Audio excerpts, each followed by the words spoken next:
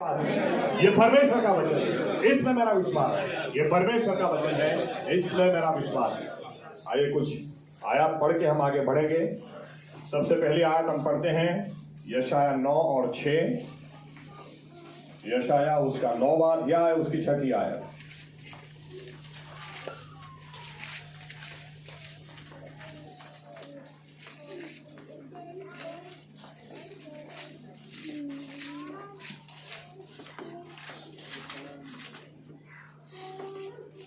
યશાયા 9 અને 6 કેમ કે આપણે સારો છોકરો અવતર્યો છે, આપણને પુત્ર આપવામાં આવ્યો છે, તેની ખાંદ પર રાજ્યાધિકાર રહેશે અને તેને અદ્ભુત મંત્રી, પરાક્રમી દેવ, સનાતન પિતા ને શાંતિનો સરદાર એ નામ આપવામાં આવશે।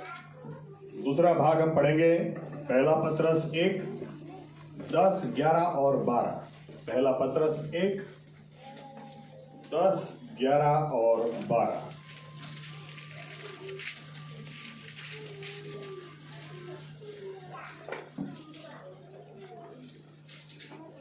જે પ્રબોધકોએ તમારા પર થવાની કૃપા વિશે ભવિષ્ય વચન કહ્યા, તેઓએ તે તારણ વિશે ખંતથી તપાસીને શોધ કર્યો। તેઓમાં રહેલા ખ્રિસ્તના આત્માએ ખ્રિસ્તના દુઃખ તથા તે પછીના મહિમા વિશે અગાઉથી સાક્ષી પૂરી। ત્યારે તેણે કયો અથવા કેવો સમય બતાવ્યો હતો એની તપાસ તેઓ કરતા હતા। તે બાબતો પ્રસિદ્ધ કરીને તેઓએ પોતાની જ નહીં પણ તમારી સેવા કરી હતી એવું તેઓને પ્રગટ કરવામાં આવ્યું હતું। તે બાબતોના સમાચાર આકાશથી મોકલેલા પવિત્ર આત્માની સહાયથી જેઓએ તમને સુવાર્તા પ્રગટ કરી તેઓની મારફતે તમને હમણાં જણાવવામાં આવ્યા। તે બાબતોની નિરીક્ષા કરવાની ઈચ્છા દૂતો પણ રાખે છે। और एक आखिरी भाग पढ़ते हैं मत्ती 1 और 21। मत्ती 1 और 21।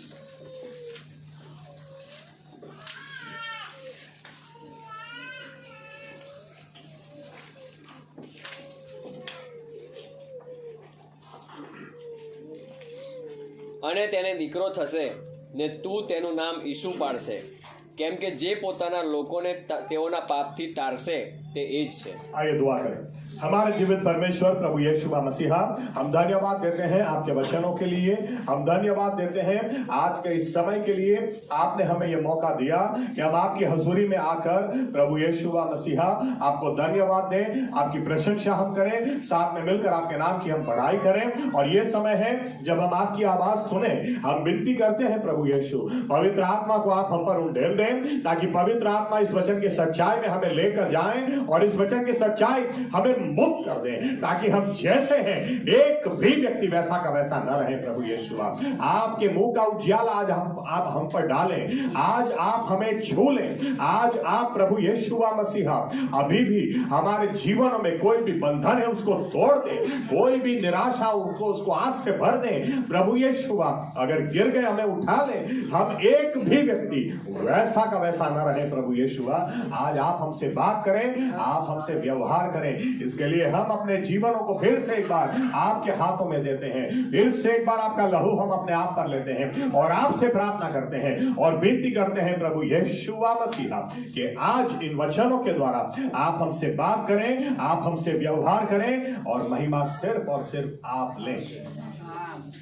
ये प्रार्थना प्रभु यीशु मसीहा के नाम से हम करते हैं। साथ में कहेंगे आमीन। धन्यवाद प्रभु यीशु। बैठ सकते हैं। धन्यवाद प्रभु यीशु, धन्यवाद। ओके, वचन में जाएं उसके पहले कुछ इंफॉर्मेशन, कुछ बातें, कुछ माहिती। मैं कुछ बातों के लिए प्रभु यीशु मसीह को सही में धन्यवाद देना चाहता हूं।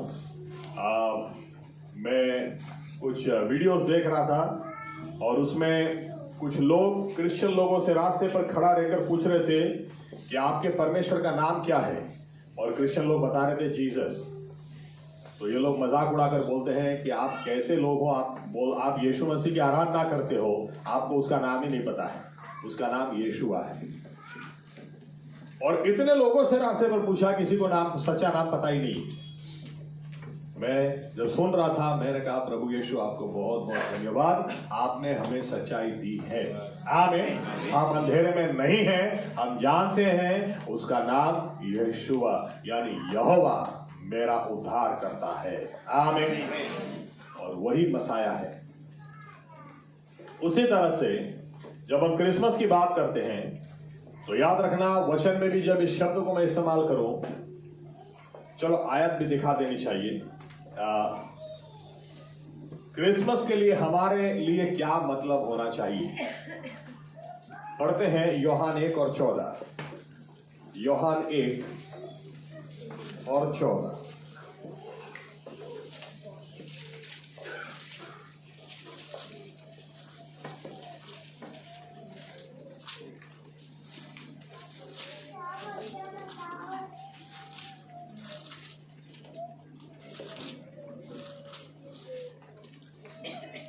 શબ્દ સદે થઈને આપણામાં વસ્યો અને બાપના એકાકી જનિત દીકરાના મહિમા જેવો તેનો મહિમા અમે દીઠો, તે કૃપા તથા સત્યતાથી ભરપૂર હતો।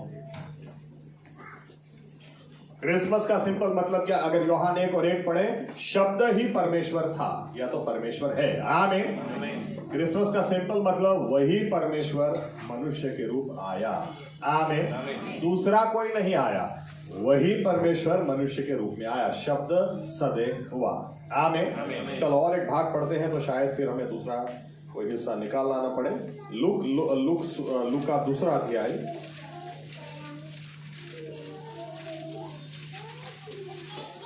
पढ़े 9वीं आयत से 15वीं आयत तक। लूका 2 9 से 15। પ્રભુનો એક દૂત તેઓની પાસે આવીને ઊભો રહ્યો ને પ્રભુના ગૌરવનો પ્રકાશ તેઓની આસપાસ દેખાયો અને તેઓ ઘણા ભયભીત થયા। દૂતોએ તેઓને કહ્યું કે બીહો માં, કેમ કે જુઓ, હું મોટા આનંદની સુવાર્તા તમને કહું છું અને તે સર્વ લોકોને માટે થશે, કેમ કે આજ દાઉદના શહેરમાં તમારે સારું એક તારનાર એટલે ખ્રિસ્ત પ્રભુ જન્મ્યો છે। તમારે સારું એ નિશાની છે કે તમે એક બાળકને લુગડામાં લપેટેલો ગભાણમાં સૂતેલો જોશો। પછી દૂતની સાથે આકાશી સેનાનો સમુદાય એકાએક પ્રગટ થયો। તેઓ દેવની સ્તુતિ કરીને કહેતા હતા કે પરમ ઊંચામાં દેવને મહિમા થાઓ તથા પૃથ્વી પર જે માણસો વિશે તે પ્રસન્ન છે તેઓને શાંતિ થાઓ। દૂતો તેઓની પાસેથી આકાશમાં પાછા ગયા પછી તે ઘેટા પાળકોએ એકબીજાને કહ્યું કે ચાલો આપણે બેથલેહેમ જઈએ અને જે વાતની ખબર પ્રભુએ આપણને આપી છે તે જોઈએ। ओके, आगे बढ़े वचन में। उसके पहले अभी शायद हमको खोलना नहीं पड़ेगा, ऐसा लगता है, देखते हैं। एनीवे, दूसरी बात कि हमें यह भी जानकारी होनी चाहिए कि आज क्रिसमस नहीं है। कोई हमको क्या बताए, हमको पहले से पता है। आमीन।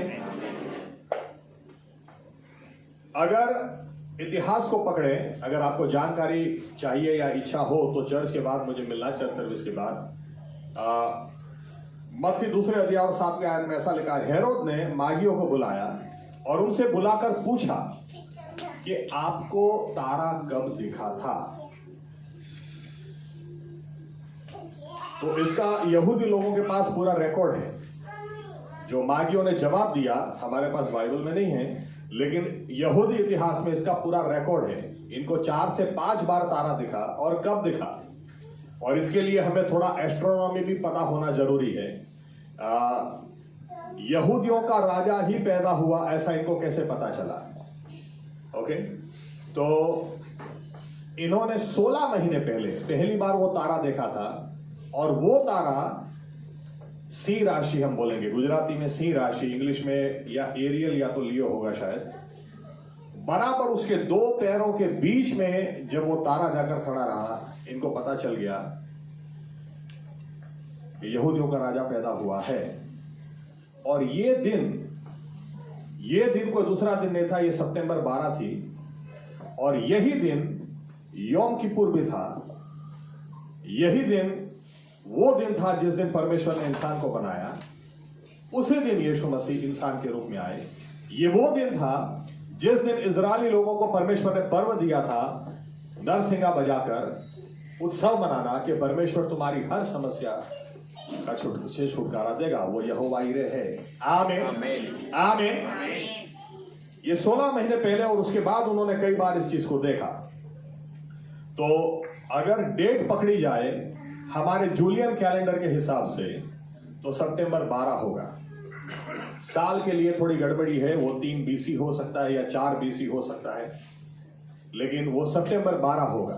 तो हम तो ऑलरेडी जानते हैं, हमने पहले 5 साल जब हमारी मिनिस्ट्री शुरू हुई 85 से पहले 5 साल हम क्रिसमस के दिन नहीं बैठते थे, क्योंकि हमको पता है ये दिन 2 दिनों से न बैठने का कारण था। पहला कि ये तामुस की बर्थडे है, दिसंबर 25, और सेमिरामिस और निम्रोद उनका बेटा, बाबेल का धर्म अगर पढ़ेंगे दिसंबर 24 रात या 25 सुबह, ये तामुस की बर्थडे है। और दूसरा, अगर आप ग्रीक इतिहास पढ़ोगे तो दिसंबर 17 से दिसंबर 25 सैचुरेलिया यानी सैटन देव यानी शनि देव उसके उत्सव मनाए जाते थे ग्रीस में, और 25 दिसंबर उसका आखिरी दिन हुआ करता था। 4वीं सदी में, 3री सदी में कैथोलिक चर्च एस्टैब्लिश हुआ, और 4वीं सदी में पोप जूलियन फर्स्ट उन्होंने उसी 25 तारीख को, जब ये उत्सव खत्म होता था, और उत्सव खत्म किस तरह से होता था, उस दिन लोग नए कपड़े पहनते थे, उस दिन लोग एक दूसरे को गिफ्ट्स देते थे, और ज्यादातर जो क्रिश्चियन लोग करते हैं दारू भी पीते हैं, ये सब चीजें दिसंबर 25 को की जाती थी और उत्सव उस तरह से खत्म होता था। यही दिन 4वीं सदी में क्रिसमस मनाने के लिए दिया गया। तो ये बात हम अच्छी तरह जानते हैं।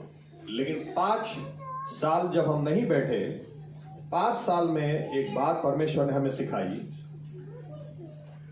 कि 365 दिन अगर शैतान पकड़ के बैठ जाएगा तो हम थोड़ी ना घर में बैठेंगे। आमीन। हमें बाइबल कहती है जैसे जैसे यीशु मसीह का आना करीब हो, वैसे वैसे हमें विश्वासियों को ज्यादा इकट्ठा होना है, ज्यादा संगति करनी है।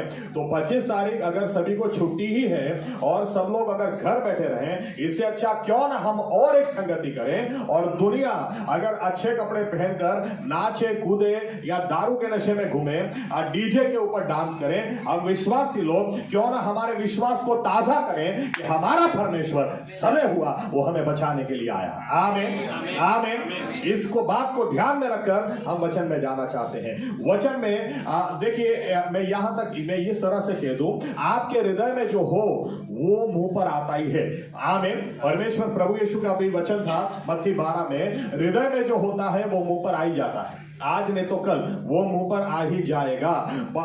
क्रिसमस की जब बात हम करते हैं, मैंने पहले कहा जब मैं क्रिसमस शब्द का इस्तेमाल करता हूं, आप इस बात को ध्यान में रखना, परमेश्वर इंसान बनेगा या परमेश्वर इंसान के रूप में आया या आएगा, इस बात को मैं बता रहा हूं। आमीन। शब्द सदे थयो, इस बात को ध्यान में रखिएगा। इसलिए क्रिसमस या तो परमेश्वर इंसान के रूप में आएगा, ये बात बार बार उसके हृदय में पहले से थी। यहां तक इस तरह से है कि अगर आपके पास पहले से कोई बड़ी सरप्राइज है तो आप, कई लोग हैं ना जैसे छोटे बच्चे होते हैं, ये छुपा नहीं सकते हैं, ये कम से कम इतना तो बता ही देंगे कि सरप्राइज है। आमीन।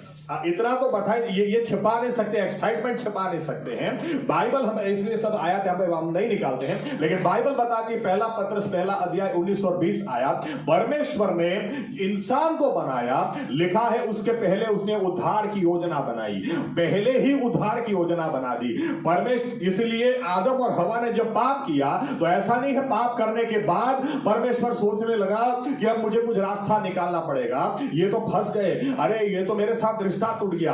अरे बाइबल कहती है, बाइबल का परमेश्वर वो पहले से आरंभ को जानता है, पहले से अंत को आरंभ से ही वो अंत को जानता है, उसको हम कुछ बता नहीं सकते, वो पहले से जानता है। आमीन। यहां तक कि बाइबल कहती है जो ख्याल अभी हमको 5 मिनट या 5 सेकंड बाद आने वाले हैं, उसको भी वो पहले से जानता है। इसलिए उद्धार की योजना पहले से उसने बनाकर रखी, उद्धार की योजना पहले बनाई और उसके बाद में उसने इंसान को बनाया। यानी आप देखें, परमेश्वर के हृदय में पहले से उद्धार की योजना थी, पहले से ये बात थी कि एक ना एक दिन पृथ्वी पर मैं पृथ्वी बनाऊंगा या उसको नई सिरे से रचाऊंगा, वहां पर इंसान जब उसको मैं बनाऊंगा और इंसान गुनाह करेगा तो मुझे उसको बचाने के लिए इंसान के रूप में जाना ही है। ये पहले से तय था और इसीलिए इसलिए इन शॉर्ट क्रिसमस परमेश्वर के हृदय में पहले से थी, वो बाद में नहीं आई, इंसान के पाप करने के बाद नहीं आई, पहले से थी। और इसीलिए आदम और हवा ने जब पाप किया तो बाइबल क्या कहती है, तुरंत ही परमेश्वर के मुंह से निकल गया, आदम को उसने श्राप दिया, हवा को उसने श्राप दिया, और फिर सर्प से जब वो बात करता है तुरंत ही उसके मुंह से ये बात निकल गई, एक औरत का तूने इस्तेमाल किया मेरे साथ रिश्ता तोड़ने के लिए, एक औरत का मैं इस्तेमाल करूंगा तुझे खत्म करने के लिए। वहीं पर उत्पत्ति 3 और 15 जो आपके हृदय में होता है ना, वो मुंह पे आ जाता है।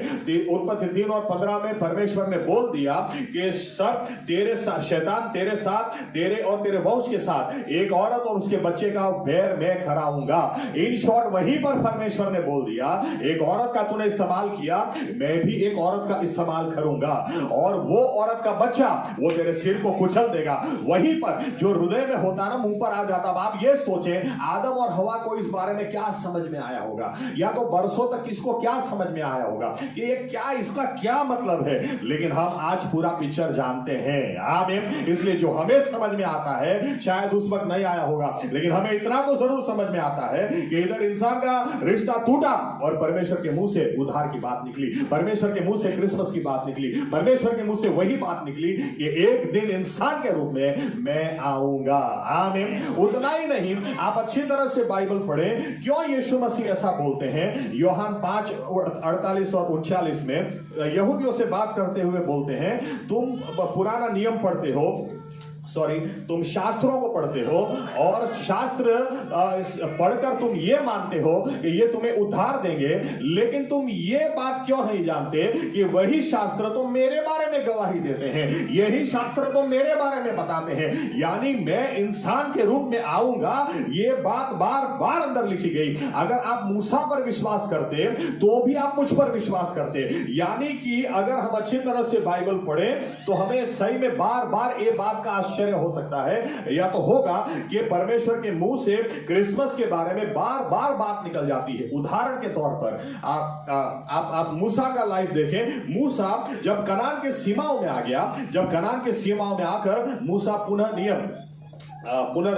या तो व्यवस्था विवरण फिर से एक बार वो सब बातें अपने लोगों को याद दिलाने लगा, या फिर से एक बार याद दिलाता है कि देखो किस तरह से उसने तुम्हें मिस्र से निकाला, देखो किस तरह से वो तुम्हें बाहर लेकर आया, देखो किस तरह से उसने आसमान में तुम्हें मेघ स्तंभ और अग्नि स्तंभ के रूप में गर्मी दी, ठंडी दी, किस तरह से उसने बिच्छुओं से बचाया, किस तरह से सर्पों से बचाया। ये बोलते बोलते बोलते बोलते जब तुम कनान में जाओगे उसको भूल मत जाना, एकदम से उसके मुंह से क्या निकलता है, याद रखना मेरे बाद एक और आएगा जो मुझसे बड़ा होगा, उसको तुम सुनना, उसको मत भूलना। और एकदम से वापस उसका टॉपिक चेंज, पुनर्नियम 18, ओके, व्यवस्था विवरण 18, आप घर जाकर पढ़ना। वो बात कुछ और कर रहा है, लेकिन करते करते करते मसीहा की बात आई जाती है, वो एक और आएगा जो मुझसे बड़ा होगा। इसलिए यीशु मसीह बोलते हैं, या तो पतरस भी बोलता है प्रेरितों के काम 3 और 23 में, मूसा जिसके बारे में बता रहा था वो यीशु मसीह ही तो है, वही ईश्वर वो इंसान के रूप में आएगा। एक दिन क्रिसमस आएगी, वो ईश्वर इंसान के रूप में आएगा। आमीन, आमीन। आप देखें अलग अलग सेवकों को देखें, कहां से मुंह से क्रिसमस की बात, इनके मुंह पर कुछ और बात करते हैं। और एक उदाहरण अगर आपको बहुत सारे उदाहरण मैं दे सकता हूं, आप मीखा पढ़ें, मीखा का पुस्तक आप पढ़ेंगे तो मीखा को परमेश्वर ने, इसलिए पहले तो आप शुरू करेंगे तो मीखा शुरू यहां से करता है, परमेश्वर तुम्हें छोड़ेगा नहीं, तुम याद रखना, इसे पाप में तुम जी रहे हो, उसको तुम भूल चुके हो, उसकी तुमको पड़ी नहीं है, उसकी आज्ञाओं की पड़ी नहीं है, उसके मान सम्मान की तुम्हें पड़ी नहीं है, परमेश्वर छोड़ेगा नहीं। बोलते बोलते बोलते एकदम से 5वें अध्याय में क्या बोलता है, वो तुम्हारे बीच में, ओ बेथलेहम एफ्राथा, ओ बेथलेहम एफ्राथा, बेथलेहम तू बहुत छोटा है, एफ्राथा तू बहुत छोटा है, लेकिन यहूदा तू याद रखना तुझ में से एक उद्धार करता आएगा जिसका जो अनंत काल से है, वो तुझ से वो यहां पर पैदा होगा और वो तुझ पर राज करेगा, सारी दुनिया पर राज करेगा। जब हेरोद ने लोगों को बुलाया और कहा कि ये मसीहा कब पैदा होने वाला है, मसीहा कहां आने वाला है, तुरंत बाइबल बताती है, इन्होंने मीका 5वां अध्याय निकालकर बताया कि देखो वो बैतलहम यहूदा, बैतलहम एफ्राता में वो पैदा होगा। आप अच्छी तरह से बाइबल पढ़े, मीका 5वां अध्याय भी पढ़े, ऊपर पढ़े, नीचे पढ़े, आपको आश्चर्य होगा ये बीच में कहां से घुस जाता है और फिर वापस एकदम से लाइन पे सब कुछ आ जाएगा। उदाहरण के तौर पर जकारिया आप पढ़े, हगाई, जकारिया और मलाकी, इन तीन सेवकों का परमेश्वर ने इस्तेमाल किया कि 70 साल की गुलामी के बाद जब ये लोग वापस आए तो इनको पुनः स्थापित करने के लिए, इजराइल देश को फिर से खड़ा करने के लिए, इनको नियम फिर से सिखाए, परमेश्वर के लिए मान सम्मान कैसे करना, वो सब बातें फिर से सिखाना शुरू किया। ये सिखाते सिखाते आप पढ़ना जकारिया 9वां अध्याय, 9वें अध्याय में जकारिया बोलता है, याद रखना फिलिस्तीन, परमेश्वर तुम्हें छोड़ेगा नहीं, याद रखना अश्केलोन, परमेश्वर तुम्हें छोड़ेगा नहीं। बोलते बोलते एकदम से बोलता है, ए यरूशलेम याद रखना, गधे के बच्चे के ऊपर बैठकर वो सवार होकर आएगा। और फिर आप आगे पढ़ना, वापस वो अपने टॉपिक पे आ जाता है, वापस फिर इजराइल को भी बोलता है, इब्राहिम को भी बोलता है, वो तुझे भी छोड़ेगा नहीं। तो ये बीच में कहां से आ गया? लेकिन जो हृदय पर बात होती है ना, वो मुंह पे आ ही जाती है। आमीन। परमेश्वर के हृदय में पहले से मसीहा था, पहले से उसको इंसान के रूप में आने की बात थी। इसलिए आप अच्छी तरह से पुस्तकों को पढ़ें। और यशाया का उदाहरण मैं आपको दूं, यशाया 5, मैं अगर गलती नहीं करता हूं तो 5 राजाओं के समय उसने भविष्यवाणी दी, प्रबोधक की सेवकाई उसने दी। और इजराइल बहुत ही दुष्ट था उस वक्त, उस परिस्थिति बहुत ही दुष्ट थी, यहां तक कि वो पहले बोल भी देता है कि एक बैल है या गधा भी है वो अपने मालिक को जानता है, लेकिन इजराइल अपने परमेश्वर को नहीं जानता है। ये सब बातें वो इतना डांटता था। 5वां अध्याय अगर आप पढ़ेंगे, यशाया 5वां अध्याय, बहुत जबरदस्त वो इजराइलियों को झाड़ता था, तुम में बुद्धि नहीं है, इसलिए तुम गुलामी में चले गए, गधा भी तुमसे अच्छा है और बैल भी तुमसे अच्छा है। लेकिन यही यशाया जब परमेश्वर को निहारता है, और ये परमेश्वर राजाओं का राजा, प्रभुओं का प्रभु, पवित्र परमेश्वर को जब निहारता है, इसके बाद वो आप उसकी सेवकाई देखें। अब आप पढ़े, एकदम से वो शुरू करता है कि जो अंधेरे में बैठे हैं उन्होंने उजियाला देखा। ये जो लोगों को डांट रहा था, ये बोलता है जो अंधेरे में बैठे उन्होंने उजियाला देखा। और उन्होंने उजियाला देखा, क्या देखा? क्योंकि हमें एक बेटा दिया गया, हमारे लिए एक पुत्र आया, और वो पराक्रमी परमेश्वर कहलाया जाएगा, वो सनातन पिता कहलाया जाएगा, वो पराक्रमी, वो अद्भुत मंत्री कहलाया जाएगा, वही शांति का सरदार कहलाया जाएगा, और उसके राज्य का कभी भी अंत नहीं होगा। आप अच्छी तरह से पढ़ना, इसके आगे की आयत, वापस वो लाइन पे आ जाता है। तो ये बीच में किधर से आ गया? लेकिन परमेश्वर के हृदय में ये बातें पहले से थी। आमीन। कोई आश्चर्य की बात नहीं है। हमने क्या पढ़ा? क्योंकि ये सब बातें जैसे होती थी, बाइबल यूं कहती है कि दूत इन बातों को देखना चाहते थे, दूतों को भी इंटरेस्ट आता था कि ये क्या है, ये क्या है। क्योंकि आप दूतों के बारे में सोचें, आप ये सोचें कि यहाँ आदम और हवा ने पाप किया और दूत क्या कर रहे हैं, और दूत भी सोच रहे हैं कि पर क्या हो गया, क्योंकि दूतों को पता है। किसी दिन वचन से देखेंगे कि शैतान ने बलवा भी क्यों किया। कई लोगों को ये प्रश्न होता है, शैतान ने बलवा किया क्यों? याद रखें, शैतान ने इसलिए बलवा किया क्योंकि उसका मेन कारण ये था, आप और मैं, अभी तक हम आने से पहले वो सबसे उत्तम था, वो सबसे करीबी था, वो सबसे परमेश्वर के बहुत ही करीब था। लेकिन जब उसको ये पता चला कि परमेश्वर किसी को बनाएगा जो उसके जैसा होगा, इसीलिए आज इंसान सबसे बड़ा उसका दुश्मन है। आमीन। क्योंकि जो उसे चाहिए था परमेश्वर ने सब कुछ हमें दे दिया। आप सोचें कि जब परमेश्वर ने उसको फेंक दिया और यहां पर उसके द्वारा आदम और हवा गुनाह करते हैं और रिश्ता टूट जाता है परमेश्वर के साथ, दूसरी बाजू परमेश्वर के मुंह से एकदम से निकलता है, तेरे वंश और एक औरत के बेटे के द्वारा मैं तुझे खत्म कर दूंगा, तुझसे बदला ले लूंगा। आप दूसरे दूतों के बारे में सोचे, दूत क्या सोचते होंगे, ये क्या बोल रहा है, कुछ समझ में नहीं आ रहा। या दूतों को कहां से समझ में आएगा? इसलिए बाइबल बताती है दूत भी एक्साइटेड है कि परमेश्वर की योजना क्या है, ये क्या करने जा रहा है, ये क्या होने जा रहा है, ये क्या कर रहा है। इसीलिए जैसे मैं तो ये भी सोचता हूं कि अगर दानियल के पास गैब्रियल दूत को भेजा और दानियल को वो कुछ समझ दे रहा है, तो जब गैब्रियल दूत को समझ दे रहा है उसको भी आश्चर्य होता होगा कि आगे क्या होने वाला, कैसे होने वाला। बाइबल बताती है दूतों को भी एक्साइटमेंट था, दूत भी जानना चाहते हैं कि ये होने क्या वाला है, परमेश्वर आगे क्या करेगा, कैसे करेगा। उनको भी ये बात समझ में आती थी कहीं ना कहीं। इसलिए आप इतिहास स्टडी करेंगे तो बहुत सारी जगह अलग अलग अवतारों की बात है, क्योंकि शैतान को ये बात समझ में आती थी कि परमेश्वर एक दिन इंसान के रूप में जाएगा, लेकिन वो कैसे होगा, कहां होगा। यशाया नबी आप देखें कि परमेश्वर यहां पर आप यशाया 10वां अध्याय पढ़ना जाकर 10वें अध्याय में वो क्या बात करता है और एकदम से 11वें अध्याय में 1000 साल वो राज करेगा। अरे वो किधर से आ गया? 12वें अध्याय में एकदम से वापस नॉर्मल हो जाता है, और लेकिन जो हृदय में होता है वो मुंह पर आ ही जाता है। आमीन। यहां पर इजराइल की भविष्यवाणी है, आप अच्छी तरह से पढ़ें। वो उदाहरण के तौर पर 35वां अध्याय 34 को पढ़ना और 36 को पढ़ना। ओके, बहुत सभी आयतें दूंगा तो बहुत लंबा होगा, लेकिन आप 34 को पढ़ें और 36 को पढ़ें, आपको आश्चर्य होगा ये 35 बीच में किधर से आ गया, 34 का क्या विषय चल रहा वो 36 में आपको दिखेगा, और 35 में एकदम से क्या बात आ जाती है। जब तुम्हारा परमेश्वर आएगा, निराश मत होना, वो तुम्हें बचाने के लिए आएगा, और जब वो बचाने के लिए आएगा तब अंधे देखेंगे, तब लूले लगड़े दौड़ेंगे, और याद रखना जो बंधन टूटेंगे और जो रोते होंगे वे भी हंसेंगे, क्योंकि तुम्हें तुम्हारा परमेश्वर बचाने के लिए उतर आया। एकदम से वापस दूसरी बात है, फिर 36वां अध्याय से दूसरी बात शुरू हो जाती है।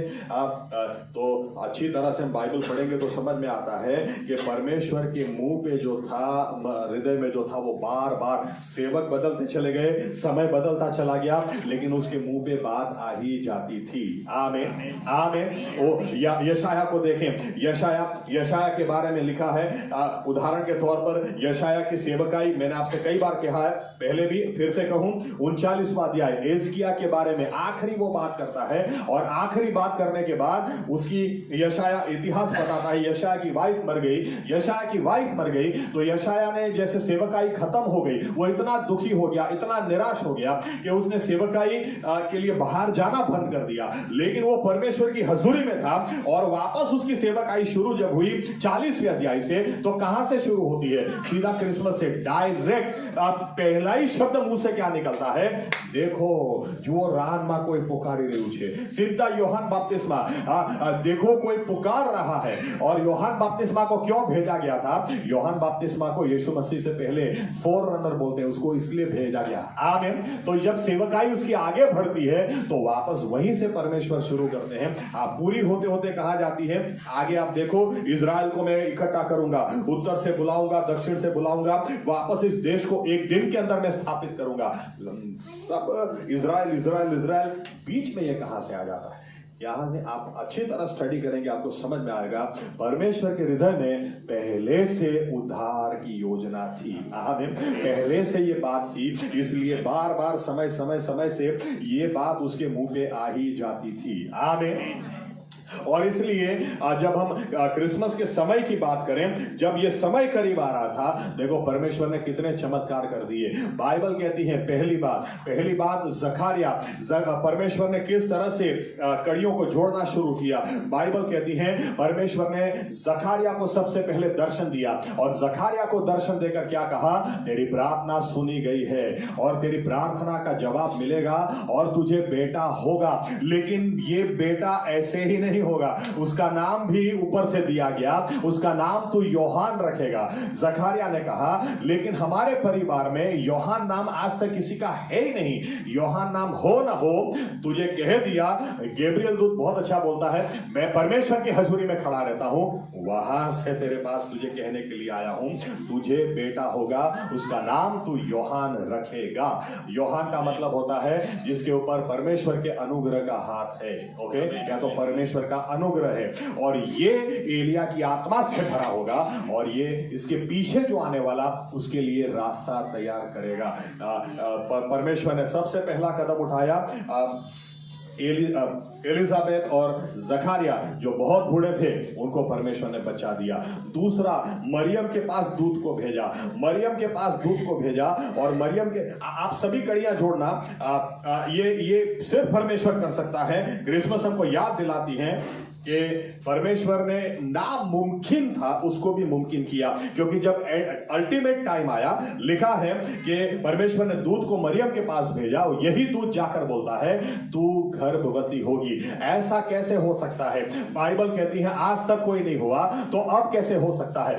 लेकिन दूत ने जवाब देते हुए कहा परमेश्वर की ओर से आया हुआ कोई भी वचन वो खाली नहीं जाएगा। आमीन। कोई भी वचन खाली नहीं जाएगा। और मरियम वो एलिजाबेथ के घर जाती है, एलिजाबेथ के साथ 3 महीना रहती है, वहां पर उसकी प्रेगनेंसी कंफर्म होती है। वहां से एक गड़बड़ी दूसरी भी शुरू होती है। बाइबल यूं कहती है कि उसकी सगाई यूसुफ के साथ हो गई थी। अब यूसुफ कैसे अपनाए उसको? याद रखें, मैंने पहले भी कहा कि पहले अगर कोई चमत्कार हुआ हो तो समझ में आता है, लेकिन जब पहले ऐसा कभी हुआ ही नहीं कि कोई औरत बिना मर्द के प्रेग्नेंट हुई हो, तो ऐसा कैसे हो सकता है कि कोई मर्द उसको अपना ले? लेकिन बाइबल यूं कहती है कि यूसुफ को भी परमेश्वर ने दर्शन दिया और यूसुफ को भी बोला कि जो गर्भ मरियम के पेट में है वो परमेश्वर की ओर से है, तू उसको अपना लेना। और इसने उसको अपना भी लिया। याद रखना, मरियम के लिए भी इम्पॉसिबल था कि वो कितना भी मनाने की कोशिश करें, यूसुफ मानने वाला नहीं था, लेकिन परमेश्वर ने यहां भी उसे मना लिया, परमेश्वर ने उसको मना लिया। आमीन। लेकिन वचन ये था कि बैतलहम एफ्राता में ही बच्चा पैदा होगा। तो ये लोग नाजरेत में रहते थे और बैतलहम एफ्राता में कैसे पैदा होगा? तो बाइबल कहती है उसी वक्त अगस्तस कैसर ने शुरू कर दिया कंसेंसस, यानी बस्ती गणतरी क्या बोलेंगे उसको हिंदी में पता नहीं, कंसेंसस दिया गया कि आपको आपका नाम जहां भी है वहां पर आकर आपको अपना नाम लिखवाना है। आमीन। और इनका नाम बैतलहम, क्योंकि ये दाऊद के कुल के थे इसलिए इनका नाम बैतलहम में चलता था। इनको बैतलहम आना ही पड़ा, आने की कोई गिनती नहीं थी, आना ही पड़ा। और आना ही पड़ा क्योंकि राजा या सम्राट ने जो ऑर्डर दिया उसके हिसाब से आना ही पड़ा। और जब आए तो बाइबल कहती है उस वक्त प्रेगनेंसी, क्योंकि 8वां महीना ऊपर या तो 9वां महीना बैठ चुका था, इसलिए उस वक्त नाम लिखाने आए, डिलीवरी उधर ही हुई। लेकिन जब डिलीवरी हुई, अभी आप ये देखें कि इतनी सारी कड़ियों को जोड़ने के बाद जब दूत आसमान से जब इधर बच्चा होता है, आसमान से दूत पुकारते हैं और दूत क्या कहते हैं? दूत आनंद के साथ कहते हैं कि देखो, वो चरवाहों को कहते हैं आज तुम्हारे लिए दाऊद के शहर में उद्धारकर्ता पैदा हुआ है। ये यूं नहीं कहते तुम्हें चंगाई देने वाला आ चुका है, ये यूं नहीं कहते तुम्हें कोई प्रॉफिट आ चुका है, ये यूं कहते हैं आज दाऊद के शहर में उद्धारकर्ता पैदा हुआ है। आमीन। आमीन। उद्धारकर्ता पैदा हुआ है। क्रिसमस का संदेश क्या है? क्रिसमस का संदेश यह है कि दूत पहले से परमेश्वर की इस योजना को इंसान के साथ, क्योंकि ऐसा लिखा है उद्धार की योजना को वो देखना चाहते थे, उद्धार की योजना में उनको इंटरेस्ट है, क्योंकि वो देखना चाहे, वो जानते थे एक बात को कि परमेश्वर का हृदय इंसान के लिए ही धड़कता है। जब परमेश्वर का रिश्ता इंसान से टूटा, उसी वक्त क्रिसमस की बात आ गई, उसी वक्त बात आ गई कि मैं इंसान के रूप में आऊंगा, क्योंकि उद्धार की योजना परमेश्वर ने पहले से करके रखी। और क्रिसमस का संदेश यह है कि परमेश्वर खुद इंसान के रूप में जब आया, दूतों को यह बात पता थी, इसलिए दूतों ने यूं नहीं कहा देखो तुम्हें चंगाई देने वाला आ गया, देखो तुम्हारे शराब हटाने वाला आ गया, देखो अब तुम्हें पैसा देने वाला आ गया। दूतों ने यूं कहा कि तुम्हारा उद्धार करता पैदा हो गया, यानी जो तुम्हें उद्धार देगा, तुम्हारे गुनाह से तुम्हें बचाएगा, बाहर निकालेगा, वो आ चुका है। आमीन। क्रिसमस का फोकस वो पाप है, क्रिसमस का फोकस अच्छे कपड़े नहीं है, क्रिसमस का फोकस ये नहीं है कि हम नाचे कूदे, अच्छा खाए अच्छा पिए, लेकिन जो उद्धार पाए हुए लोग हैं उनको पता है क्रिसमस हमको याद दिलाती है वो सिर्फ इसीलिए आया कि हमें और आपको वो उद्धार दे। आमीन। हमें और आपको वो उद्धार दे, और उद्धार अगर हमें मिला तो हम अच्छा कपड़ा पहनेंगे, तो हम गाएंगे, तो हम बजाएंगे, तो हम नाचेंगे कूदेंगे गाएंगे, क्योंकि हमें उद्धार मिला है, इसीलिए तो वो आया। आमीन। आमीन। आमीन। लेकिन एक बहुत इंपॉर्टेंट पॉइंट यहां से मैं खत्म करूंगा। यशायाह 9 में ऐसा लिखा, चलो एक आयत पढ़ते हैं उसके बाद जाते हैं। यशायाह 9 6 और 7। यशायाह 9, 6 और 7।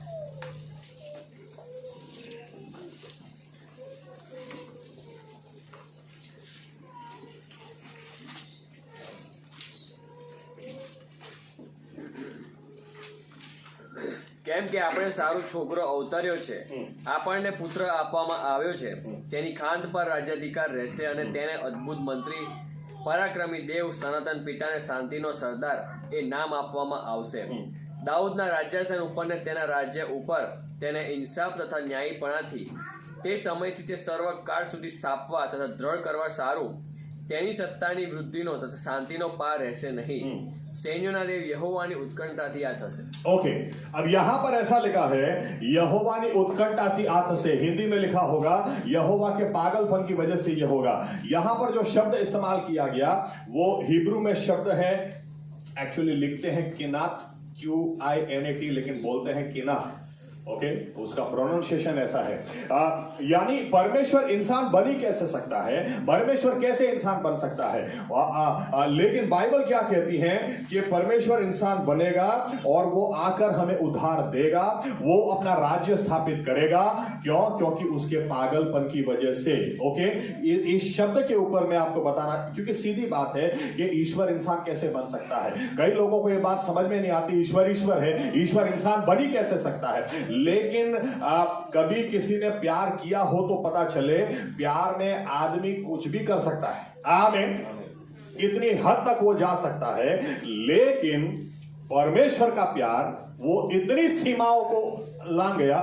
लेकिन उसके लिए मेरे हिसाब से मैंने जितना स्टडी किया है, शायद ये शब्द बाइबल में सिर्फ 2 ही बार इस्तेमाल किया गया है, किना. और इसके पहले ये इस्तेमाल होता है गिनती 5 और 14 में. गिनती 5वां अध्याय पूरा आप घर जाके पढ़ लेना. वहां पर क्या लिखा है, इसका मतलब क्या होता है मैं बताऊं. इसका मतलब होता है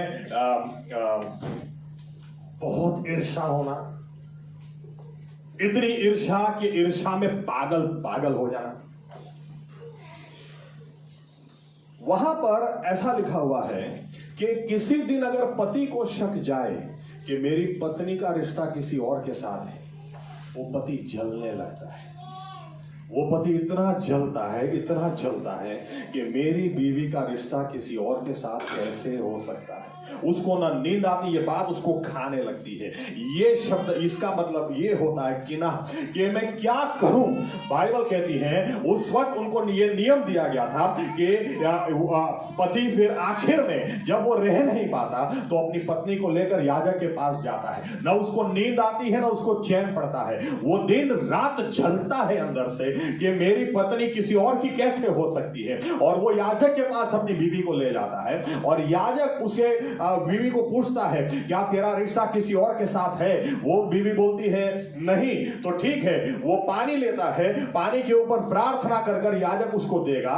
और जब वो बीवी वो पिएगी, अगर वो निर्दोष होगी तो उससे कुछ नहीं होगा. लेकिन अगर वो दोषी पाई गई और उसने कहा कि मैंने किया ही नहीं, ऐसा कबूल भी अगर नहीं करती, तो बाइबल यूं कहती है जब वो पानी वो पिएगी तो उसका घर मर जाएगा, वहीं पर मर जाएगा और वो आगे कोई भी बच्चा पैदा नहीं कर पाएगी और वो किसी भी मर्द के लायक नहीं रहेगी. ये यहां पर किन्हा शब्द इस्तेमाल किया गया. अब आप इसको समझने की कोशिश करें कि यहां पर पति को अगर शक जाता है कि मेरी पत्नी का रिश्ता किसी और के साथ है, तो यहां पर यह शब्द का मतलब है, या तो शब्द किस रेफरेंस में इस्तेमाल किया गया कि पति जलता है, जल मरता है अंदर और वो रह नहीं पाता कि मेरी बीवी किसी और की कैसे हो सकती है, मेरी बीवी को कोई और कैसे छू सकता है. लेकिन यही शब्द जब यीशु मसीह के लिए इस्तेमाल किया गया तो यहां पर भी मतलब यही होता है कि वो इंसान क्यों बनेगा. अरे क्यों नहीं बनेगा, क्योंकि वो जल रहा है अंदर से कि मेरे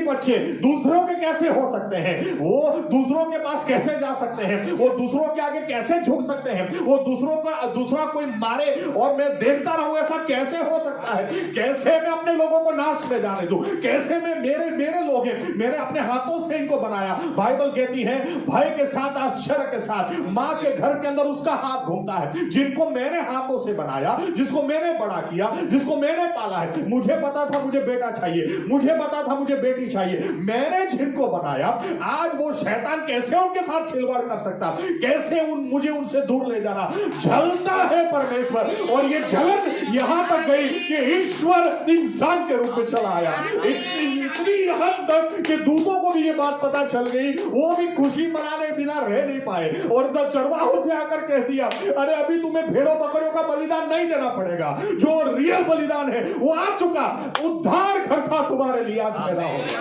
हालेलुया। हो कैसे सकता है ऐसा? लेकिन उसकी जलन, उसका पागलपन हमारे लिए उसको इंसान के रूप में ले आया। ये क्रिसमस का मैसेज है। हमारा परमेश्वर हमारे पीछे पागल है। आमीन आमीन। वो पागल है। अफसोस कि हम उसके पीछे अगर पागल ना हो। लेकिन आज का दिन हमें याद दिलाता है, एक पति जलता है लेकिन वो न्याय कराने के लिए ले जाता है। लेकिन यही शब्द जब प्रभु यीशु के लिए इस्तेमाल किया है, वो जलता है, वो जलता है। मेरे बच्चे नाश में जा रहे, मेरे बच्चे मुझसे दूर जा रहे। यही बात उसको वहां जलता नहीं रहा, इंसान के रूप में। हमेशा एक फेमस वाक्य है कि टेलर कभी खुद शर्ट नहीं बन सकता, सुथार कभी टेबल नहीं बन सकता, लेकिन उत्पन्न करता उत्पत्ति बन के आ गया। वहीं पर यह प्रश्न था, ऐसा कैसे हो सकता? हमारे लिए बेटा आएगा, हमारे लिए एक बेटा आएगा, हमारे लिए एक पुत्र दिया जाएगा। लेकिन कैसे ईश्वर कैसे इंसान बन सकता है? लेकिन उसका पागल, हमारे लिए उसका पागलपन वो ईश्वर को भी इंसान के रूप में ले आया। आमीन। क्यों उसको कोई चाटा मारे? और वो चाटा जिन हाथों से उसने इंसान के रचना की। जो बच्चा छोटा होता है ना, छोटा होता उसको उंगली देते, जब हाथ पकड़ता, देखो देखो मेरा हाथ पकड़ लिया, देखो मेरा हाथ पकड़ लिया। यही बच्चे जब बड़े होकर किसी न किसी जगह से, बाइबल कहती है यीशु मसीह को चाटा इन्होंने मारा, यीशु मसीह के कपड़े भी उतार दिए। ये हाथ उसी ने बनाए थे, यही हाथ उसको कील ठोक रहे थे, ये हाथ उसी ने बनाए थे, यही हाथ उसको चाटा मार रहे थे, ये मुंह उसी ने बनाया था, ये उसी मुंह से उसको गाली दे रहे थे। और उस क्रूस पर भी आकर नहीं छोड़ा, वहां भी आकर बोलते हैं, अरे बसिया है, दूसरों को बचा रहा था, चल उधर, हम भी देखें अपने आप को बचा सकता है कि नहीं। लेकिन दूतों को रियल बात पता थी कि ये तो ईश्वर शब्द सदे हुआ है, ये इसका नाम तो यीशुआ रखेगी, क्योंकि जो अपने लोगों को पाप से बचाएगा वो ये है। लेकिन ऐसा कैसे हो सकता है? ईश्वर इंसान कैसे बन सकता है? लेकिन वो इंसान के पीछे पागल है। हाँ, इतनी हद तक कि वो हमसे दूर रह नहीं सकता। आमीन। इसीलिए दूत भी इस बात को समझ गए, उतना नहीं आज भी समझते हैं। बाइबल कहती है इसीलिए आज भी अगर एक व्यक्ति पश्चाताप कर ले, एक व्यक्ति भी पश्चाताप कर ले, तो दूत परमेश्वर की हजूरी में आनंद और उत्सव मनाते। कोई चंगाई प्राप्त करे तो उत्सव नहीं होता, कोई मुर्दा जिंदा हो तो उत्सव नहीं होता, लेकिन कोई पापी पश्चाताप करे, परमेश्वर के साथ उसका रिश्ता जुड़ जाए, तो आज भी वो आनंद करते हैं, क्योंकि उनको पता है ईश्वर सिर्फ और सिर्फ इंसान के पीछे पागल है और कुछ उसको नहीं चाहिए। आमीन आमीन। क्रिसमस हमको याद दिलाती है हम फेंक देने की वस्तु नहीं है, हम बहुत खास लोग हैं। आमीन आमीन। और हमें बचाने के लिए चलो एक आयत फिर भी पढ़ा लेता हूं, उसको पढ़ के हम खत्म करते हैं। रोमनों की पत्री 8 और 32, इस वचन को हम लेकर जाएं क्रिसमस के लिए। रोमनों की पत्री 8 और 32।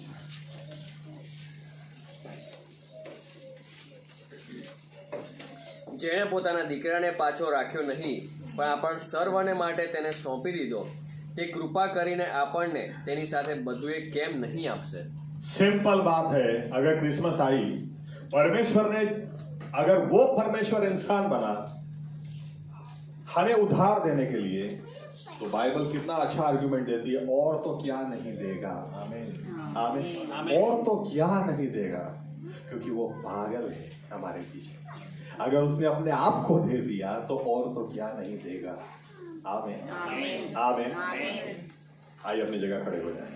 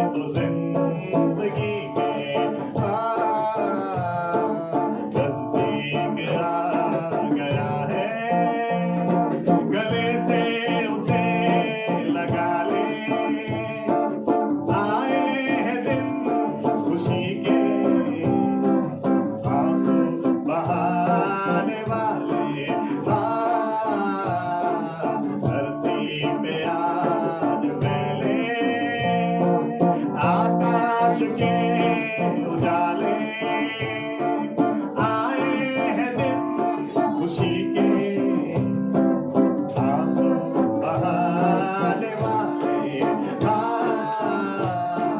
धरती पे आज फैले।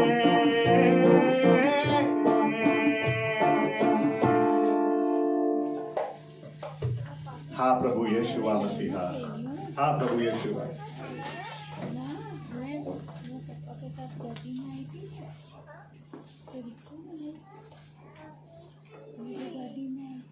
प्रभु यीशु मसीह,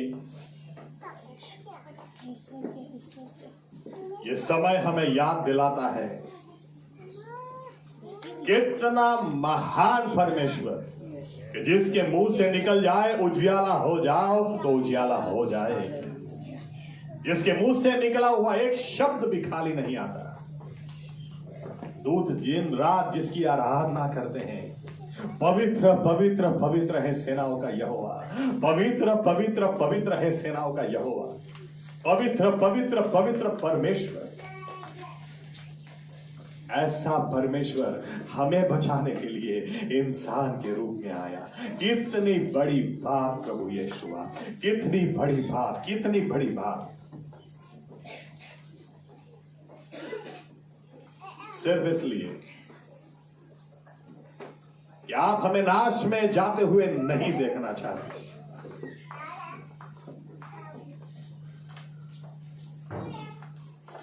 आप अनंत काल हमारे साथ बिताना चाहते हैं। आप चाहते थे कि हम अपना अनंत काल आपके साथ में बिताएं, हम नाश में नहीं जाएं। लेकिन कैसे बच पाते?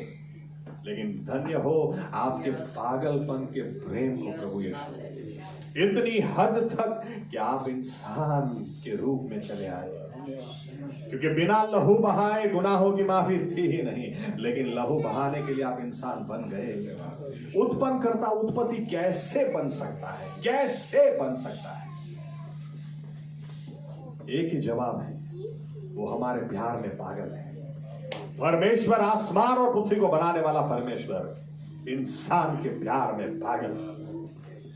धन्य हो ऐसे प्रेम को प्रभु यीशुआ, क्योंकि बिना उसके हम बच ही नहीं सकते। और वचन हमें कहती है ऐसा प्रेम जिसने कर दिया वो और तो क्या नहीं करेगा। धन्य हो ऐसे प्रेम को। धन्यवाद प्रभु यीशुआ, धन्यवाद प्रभु यीशुआ, धन्यवाद प्रभु यीशुआ, धन्यवाद प्रभु यीशु, धन्यवाद प्रभु यीशु, धन्यवाद। इसी विश्वास में हम आगे बढ़ते चले जाएं प्रभु यीशु। अच्छे कपड़े जरूर हम पहने, अच्छा खाना जरूर हम खाएं, लेकिन इस बात को न भूल जाएं कि ये दिन हमें याद दिलाते हैं कि आप पाप से उद्धार देने के लिए आए। आपने इतना पागल प्रेम हमसे कर दिया, इसीलिए ताकि हम पश्चाताप करके आपके साथ जुड़ जाएं, उद्धार पाएं और अनंत काल आपके हो जाए। और यही संदेश दूसरों के पास भी हम ले जाएं, और यही विश्वास से यहां से आगे हम बढ़े। समय कैसा भी हो, जमाना कैसा भी होता चला जाए, लेकिन जिस परमेश्वर ने हमें एक लौता पुत्र दे दिया वो और तो क्या नहीं देगा। अरे जो हमारे आसमान और पृथ्वी को बनाने वाला परमेश्वर अगर हमारे प्यार में पागल हो, वो और तो क्या हमारे लिए नहीं करेगा। हम ये करेंगे कि हम नम्र होकर उसके सजुरी में जिए और हमारे जीवनों से उसको मान और महिमा दें। ये प्रार्थना प्रभु यीशु मसीहा के नाम से हम करते हैं, आमीन। ओ आकाश माना तुम्हारा बाप, तुम्हारा नाम पवित्र लगाओ, तुम्हारो राज्य आओ, જેમ આકાશમાં એમ આ પૃથ્વી પર તમારી ઈચ્છા પૂરી થાય। દિવસની અમારી રોટલી આજ તમે અમને આપો, અને જેમ અમે અમારા ઋણોને માફ કર્યા છે એમ તમે અમારા ઋણો અમને માફ કરો। અમને પરીક્ષણમાં ન લાવો, પણ બુરાઈથી અમારો છૂટકો કરો, કેમ કે રાજ્ય તથા પરાક્રમ તથા મહિમા સર્વકાળ સુધી તમારા છે, આમેન। હવે આપણા તારનાર પ્રભુ યેશુવા મસીહા જે પોતાની જાત આપી શકે એ બીજું તો શું નહીં આપે। એજ પ્રભુ યેશુવા મસીહાની કૃપા આપણા આત્માઓની કાળજી હમણાંથી સદા સર્વકાળ સુધી રાખશે, આમેન। धन्यवाद प्रभु यीशु मसीह, धन्यवाद प्रभु यीशु, धन्यवाद।